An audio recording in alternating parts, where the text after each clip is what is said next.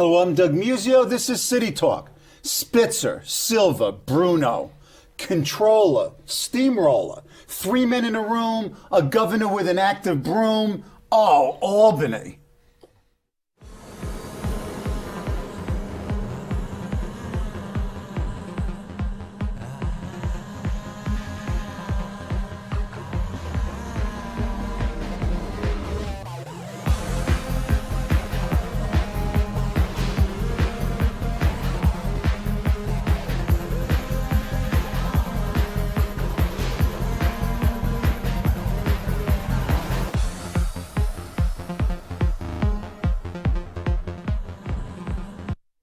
To talk about things Albany is Robert Stranieri, 12-term former assemblyman from the 62nd District in Staten Island. He currently practices law with Cantor and Davidoff, and he's the founder of the New York City Hot Dog.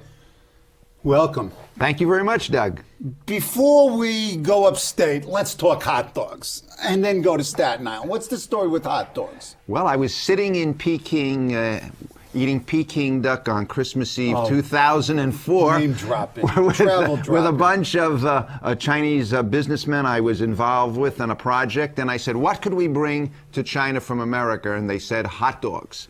I got on the plane that night, flew back to California, and started the process that led to the creation of the New York City Hot Dog Company for hot dogs in New York, while I continue to work on bringing hot dogs to China. Oh, wait a minute. So we're going to have these hot dogs in New York when? We will open in about 6 weeks on the corner of Church and Chamber Street. That will be Little our plug. first Go ahead. landmark location, but we intend to build this company all over the city. Talk to me about these hot dogs. Why should I eat your hot dog Well, they're gonna be when the- I can get all kinds of delicious hot dogs in the city? First of all, it's going to be a great location, a fun, happening place, clean, music, light, nicer young people For are hot serving dogs? on you. I mean, this is the and ambiance for hot you're dogs? going to have your choice. You can have a grill dog, a dirty water dog, come on, a now beer we're talking. dog. You can have a kosher dog, a beef dog, a veggie dog. You can have French fries that are made in a convection oven, so they'll be trans fat free. Oh, you can amen. have baked potatoes, 8 different toppings, 3 different drinks. 3 different toppings? That's all? 8 toppings, 3 drinks. Oh, okay. So you've got this all figured out. We sure have. Okay. Let's go upstate. No, let's not go upstate. Let's go to Staten Island. Tomorrow, Wednesday, day that we actually air, there's a special election for city council for the seat vacated by Andrew Lanza. The 2 contestants are, he was elected to the state senate, is Vincent Agnizio and Emmanuel Innamorato. Now, you know this district. You represented that district. In fact, you lost in a really rare event to Agnizio. Talk about Staten Island politics, Staten Island Republican politics, and why does everybody's last name end in a vowel? Well, first of all, most registered Republicans in Staten Island happen to be Italian American. Well, I mean, are there anybody else? Well, it used to be a lot of fun when we go through the names in the primaries when we'd come upon a name that was not Italian. Yeah, that person was we'd married kid to about an it. Italian, That's right. But they're all. But Talk about this race. Well, I think you have to say that Agnizio has to be the clear favorite. Staten Island Republicans are used to voting in primaries. Right. We seem to have one just about every year, usually generated by who Guy Molinari likes or doesn't like. Let's get to the Molinari story. You ran against the machine, the organization, in 2001 for borough president. You got punished. They ran Agnizio against you in 2004, and what happened? Well, first of all, they ran somebody against me in 2002 to punish me, and I won, and we thought it was going to be all over. But I think really what happened in 2004 was they were all positioning for who was going to get the marquee seat. Right. There was, I think, a general recognition that he finally was soon to step down. Right. And since I was the obvious choice to succeed him, probably would have had a primary for that also. The Quisling county leader, Bob Helbach, thought he should have the nomination. You're not fond of this guy. Absolutely not. He was a county leader who did not carry out his responsibilities. He was duplicitous. He was sneaky, and I'm glad he got what he deserved, which was a good trouncing by now Senator Andrew Lanza. Mm-hmm. Then I think the Facela people saw this as a fight with Molinari, because Molinari had his own candidate. So you've in got the all race. you've got the families, if you will. I mean, it's, And I was sort of caught in the middle. I got essentially the same vote I had gotten in 2002. But I knew that once there would be a third candidate in the race, the Ignizio votes were actually coming off, my voters. Because of the support of Vito Fossella and the others, we ran a good race. I enjoyed all 24 years I served, and I've moved on now to a second career. Well, we'll talk about that. What about the Republican Party? It's certainly alive and well in Staten Island, but in the rest of the state, it's comatose, if not dead. Well, talk about the state of the Republican Party. And statewide. Statewide, I think we're feeling the residual effects of what George Pataki became in his last really 4 years, which was a cellophane governor. I think he became Explain. I think he became totally disengaged in Republican politics and in New York politics. Let's look at where we were in 1995 when George Pataki took office.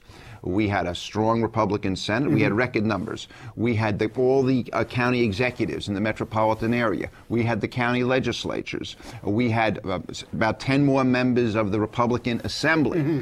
And yet, over the years, the party continued to erode. Part of the problem also was his choice for lieutenant governor. It's unheard of that a lieutenant governor would be absolutely disinterested in succeeding to governor. Right. But when he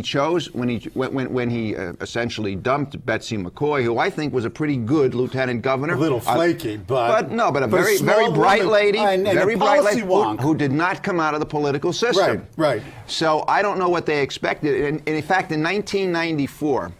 I had invited Betsy McCoy, who was then working for the Manhattan Institute, to speak at a forum that I organized in Albany. And I had about half a dozen people coming until she got the nomination, and then we had standing room only. They ran out of food. Power attracts. And we were having a dinner. Rap Rapelier, who was the minority leader, Senator George Winter, and myself, and the conversation came around to her selection as lieutenant governor. And the collective wisdom was, nobody knows anything about this woman. So are they sure that they know what they're buying when they give her the nomination? And I think Betsy was Betsy. She's a very bright, articulate woman who I think was just not the right fit with the Pataki crowd, if you will. Okay, so the party deteriorates. He names what by all accounts is an incompetent state chairman, Steve Minaric. Well, that was sort of at the tail end. Right. But the erosion had begun with the selection of the lieutenant governor after Betsy McCoy was done. Frankly, I thought Bob King was the odds-on favorite. Right. When George, Bob, and I served together in the Assembly, we were the best of friends, and Bob maintained initially a very close relationship with the governor. He was his budget director. He did the reform of regulation. He eventually became chairman of SUNY. And there was a problem with that. Well, that eventually became a problem. But we won't get into but that's that also an example. Patronage appointment. Also an example of how George Pataki's close personal relationships with people deteriorated over the years. It would be difficult today to find any Republican that you would stop in this city who would have a good thing to say about George Pataki. And it's very unfortunate because he began with such high hope and such promise. And his first term was a very good one. And then he just apparently got disengaged. What happens to the party? Look out over the next 5 years, not even the next 10 years. I will say this, Doug, if the Republicans lose control of the state Senate. Well, let's talk about that if. That's a huge if, because the Republicans, in my judgment, then will be assigned to the permanent minority status in this state. You know, there used to be a competitive assembly before 1974. Right. And it used to go back and forth. The assembly sometimes was Republican, sometimes Democrat. But once you allow the lines to be drawn, as they are now drawn in the assembly by the assembly majority, and in the Senate, where it's much more difficult because there are a million more registered Democrats in New York. And as you know, the Republicans have constitutionally permissible added seats. Right. They used to originally, when I first went up to them, there were 57 senators. We now have 62 senators. But, you know, and you can go up to 65. That's right. And the Republicans have been able to do this and legally in order to maintain the majority. But that game's over. Well, if you lose the majority, in my judgment, you'll never get it back. That's why it's never get it back. However, I think if Rudy Giuliani, who I am strongly supporting, is the Republican candidate for president, we will not only hold the Senate, we will add numbers, because Rudy Giuliani will bring out an overwhelming vote in Republican-leaning districts, many of whom have, as you know, a strong Italian and American population, Right. whether they're Republicans, Democrats, or independents. Right. Rudy Giuliani is going to have a phenomenal appeal in these districts. So I think if Rudy Giuliani is the Republican candidate for president, he will roll up overwhelming numbers in Republican-leaning districts to begin with. So I think that will secure the Senate and will allow the Senate to add back seats, and we may even pick up a couple of Republican assemblymen here and there. What's the prospects of the Democrats / Spitzer flipping 2 or 3 Republican I don't think senators? you're going to flip Republican senators, but this is what's happened. Go ahead. The Republican senators have increasing number of Democratic assemblymen under them. Right. Those Democrat assemblymen have the power of incumbency, they develop name ID, and the leadership in the metropolitan area counties, politically and governmentally, is now Democrat. So when a vacancy occurs, they have stronger candidates that they can put out there. The danger is when the senior Republican senators step down. How are you going to hold the seat? There's a whole bunch of them. There's at least a half a dozen that are over 75. You know, there was originally the thought that we would do better in special elections, and that's one of the reasons when Roy Goodman, for example, here in Manhattan, stepped down. John Rabbits, my good friend and colleague, a terrific legislator, they thought would win the seat in a special, and he got overwhelmingly destroyed. Right, by the Liz same Kruger. thing, Mike Balboni, in Right. a seat that's been Republican for 100 years, Garden City. Mike won by big numbers. Maureen was a terrific assemblywoman. I served with her. Okay. Yeah, couldn't have a better candidate. Got significantly defeated in a special election. So the news Specials is don't work for the Republicans right now. And the new Republican leader, Mandela, loses a seat in his own backyard. That was, I think, a severe blow to his leadership skills. And he I just think started. And I think it's reflective today of the state of the Republican Party in New York, and there still is a residual reaction to the fall of '06 and the poor support that the president enjoys. Talk about Eliot Spitzer in terms of his governing strategy over the last 6 weeks. I mean, you had the battle in that state Senate, 7th state Senate district. You had the controller battle, and it looks like the battle lines are being drawn. Talk about what Spitzer's doing, what needs to be done, likely outcomes. Just talk. You're there. Well, the likely outcome is the legislative leadership will continue to run the legislature. And what surprises me to a degree is the governor's naivete in thinking that he could bully Speaker Silva. I never thought that would happen. You have to understand, in fact, you well know, that members of the legislature are going to be loyal to their leader. The governor really has no effective control over legislators and what legislators do. The governor has a different agenda. The governor can give somebody an appointment. The governor can give you a photo op, but the legislative leader is going to control your committee assignment, your office, your staff, your fundraising, and you're going to deal with that legislative leader every single day. Is there anything that the governor can do to counterbalance or erode the power of the legislative leader? He seems to be taking the Tom Suozzi approach, and that is threatening incumbent Democrats with primary challenges. Is this the way to do it? I don't think that's going to be an effective course of action. We can look at Arnold Schwarzenegger, Republican governor of California, who thought he could take on the legislature on policy issues. Right. And on referendums that he got on the ballot in California. Right. We haven't gotten the substance yet. We're fighting over process. Stepping back 3,000 miles looked like they were pretty good reforms, and he got overwhelmingly defeated by the people. He's changed his style, his modus operandi, and now seems to be governing quite effectively in California. Do you see this as a paradigm for Spitzer? I think Spitzer is a different personality, and I don't know that Eliot Spitzer will back down too easily, given the nature of his personality, his effectiveness as a kind of a prosecutor, attorney general, and his belief that he will enjoy a newspaper support and media support for change that should come about in Albany. Listen, the members themselves have the power to change the way the legislature works.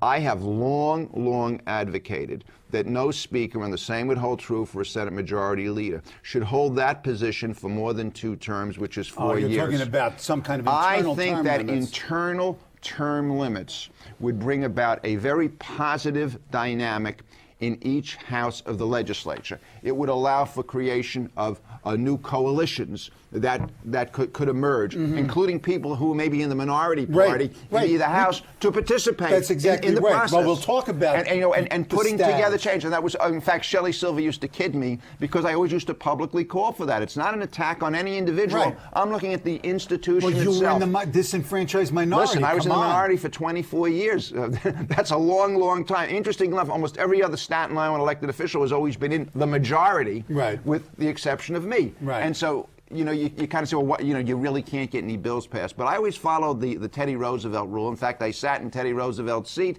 because Teddy Roosevelt was the minority leader from New York City, Right. elected 100 years before Right. me, and I was the Republican floor leader. Now the minority leader doesn't really sit on the floor. He stays in the back, as does the speaker, and does the business Right. of the party. So I sat. The string pulling. Yeah. Oh, I'm so sorry. I sat and was the floor leader and Right. led the debate, and I enjoyed that. And Teddy Roosevelt, as you know, created the use of the bully pulpit to advance ideas and articulate public policy Right. and bring about change. And that's kind of what I like to do, and accepted that role in the permanent minority, after having been a Senate staffer for 17 years working in the majority. Right. Quite Right. a cultural and political change. So what does Spitzer do? Well, I mean, does he continue sort of this populist crusade? How strong a base are the people in terms of his battle with the legislature? Even if he was to defeat a handful of Democratic legislators, which would not, in my recommendation, and be the way to Republicans go. as well. Let's stay with the Democrats Go ahead. first. The It wouldn't matter. Swaziland. There are 103 or 104 Democrats now right. in the Assembly. In Forget fact, it. a lot of the members You will can tell you look. we'd be better off with fewer because we'd move up in seniority That's quicker. exactly right. It takes 'cause they're them 10 blocked years off. now to get a Well, subcommittee. It's ridiculous. The majority, they could lose 30 seats. But the Senate, the Senate can be a real problem. I don't think they're going to sit back and just allow Spitzer to run roughshod Who's over they? The Senate leadership. Spitzer has to get The Democratic Senate leadership. No, let's go first with the Republican Okay. and the Senate majority. Go ahead. Spitzer has to get his nominees approved. Okay. I think they could give him a couple of shots across the bow Grannis? by turning down. I served with Peter on lots of committees. We were, and we have a very good relationship. We debated against each other many times, but I could see many of his positions on environmental issues creating policy problems for Republican senators with the districts they represent, because there's only a handful now of Republican senators from New York City. Right. And, upstate issues are quite different than metropolitan area issues when you're talking about hunting, when you're talking about preserves, when you're talking about a lot of issues. And when you're talking about the watershed.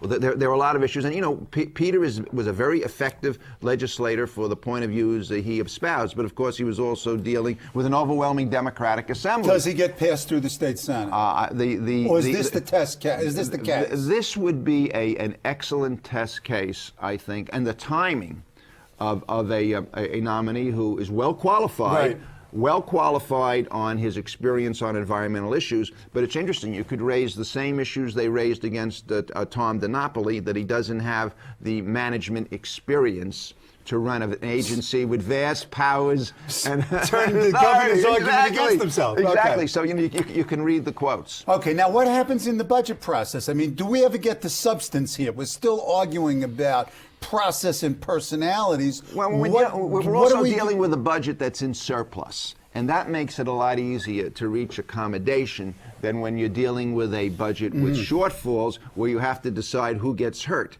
Here we're talking about really who gets enhanced, and that's a different kind of argument. So we buy people out. I mean, the Sun on Tuesday's headline, Spitzer's secret Senate slush fund.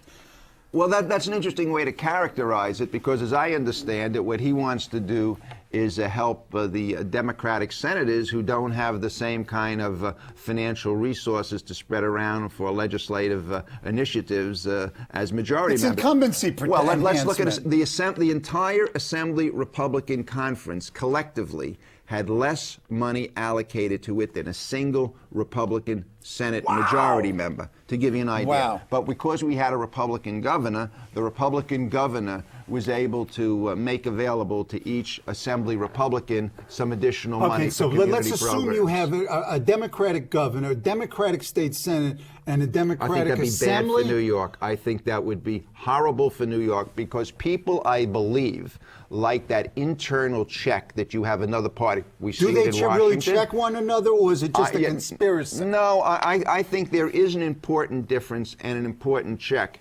And also, the agendas that get advanced, frankly, in the assembly tend to be New York City oriented because the overwhelming, you have 65 Sure. out of 150 members Right. just from the city. Right. So the agenda tends to be more New York City centric.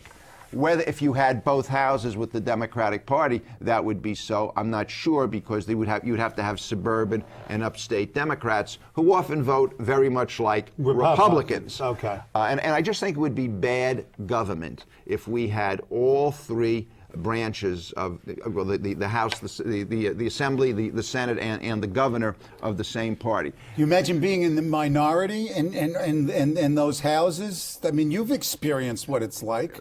As I said, I think if the Republicans lose control of the Senate, it will be gone forever, and that's why 2008 is going to be such a crucial election for the future of the Republican Party in New York State. Okay, what do Silver and Bruno have to do in terms of their relationship with the governor? I mean, looking Silver at and this, Bruno don't have to do very much. They are an independent branch of government. Right. Elliot Spitzer somehow thinks that they're part of the executive branch. They are not. But wait a minute, don't we have this imperial or imperious executive? You got Mayor Bloomberg yelling at legislators. They don't know what's going on. They haven't run anything. Spitzer doing the same thing, and George Bush being the decider. You become an executive and you become imperial? Well, I think Michael Bloomberg runs the city, not with a sense of imperialism, but a corporate governance. I think this is New York City INC, but it's working very, very well, and I think people are getting very used to the idea of a mayor who is essentially nonpartisan, who doesn't seem beholden financially or otherwise to any special interest, and makes decisions that he believes are the right policy. Whether he's right or wrong, there's a sense the man really believes in what he says, and I think people like that in a chief executive. Okay, I think the city's running very well. well. Go back to Spitzer. You're tarring with the brush of prosecutor, that different orientation. I think co-equal people branch who of government. come out of a prosecution background have a different approach to public issues based on where they come from. Rudy. I think Rudy Giuliani early on had the same kind of tensions, if you'll recall, with the governor, with the legislature, but over time... Also the same personality and very combative. I mean, is it, you know, I think Rudy Giuliani, though, has learned, and when you hear him speak now, there's a sense of accommodation. There's a sense of rethinking a lot of positions. I think he's the most Some of us would say for the ill, but and some of us would say for the good. Right, and then some of us would say opportunistic, and others would say... I think that he's rethought some positions as he's got a broader constituency now, and that's a good thing.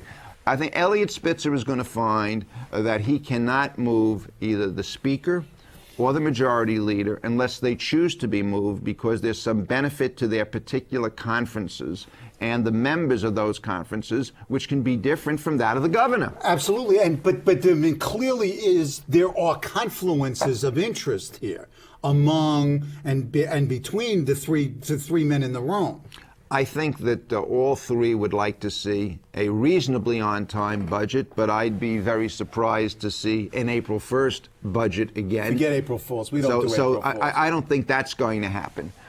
Spitzer certainly has made some very constructive recommendations on reforming health care in this state. And he's created enemies of traditional Democratic organizations. And I think he will get those changes because they're positive and they're good for everybody. So he will be able to claim a lot of credit, just as Mayor Bloomberg deservedly got a lot of credit for the changes in how New York As will City the Assembly and the education is done. Senate. Yes, so Okay. I think that's a There are collective areas- change okay. that people can Areas agree of on. commonality. I don't think when we're talking about what we might call campaign finance, he's going to get very far. I don't think he's going to get very far in restructuring, the internal workings of the legislature. And you would argue, nor should he. No, because these are independent Okay, branches okay, of government. okay. And the members themselves have a different agenda. Members represent districts. The governor represents everybody all over the state. Those are different kinds of constituencies. You might say, well, the legislature is more parochial. That's the nature of a legislative body, to represent communities, Sure. all of about the same Sure. number of people. So I think that he will find, as all chief executives find, that you don't rule by fiat. You have to rule by accommodation and understanding. And I know Shelley Silver is a very, very skilled political leader and legislative leader.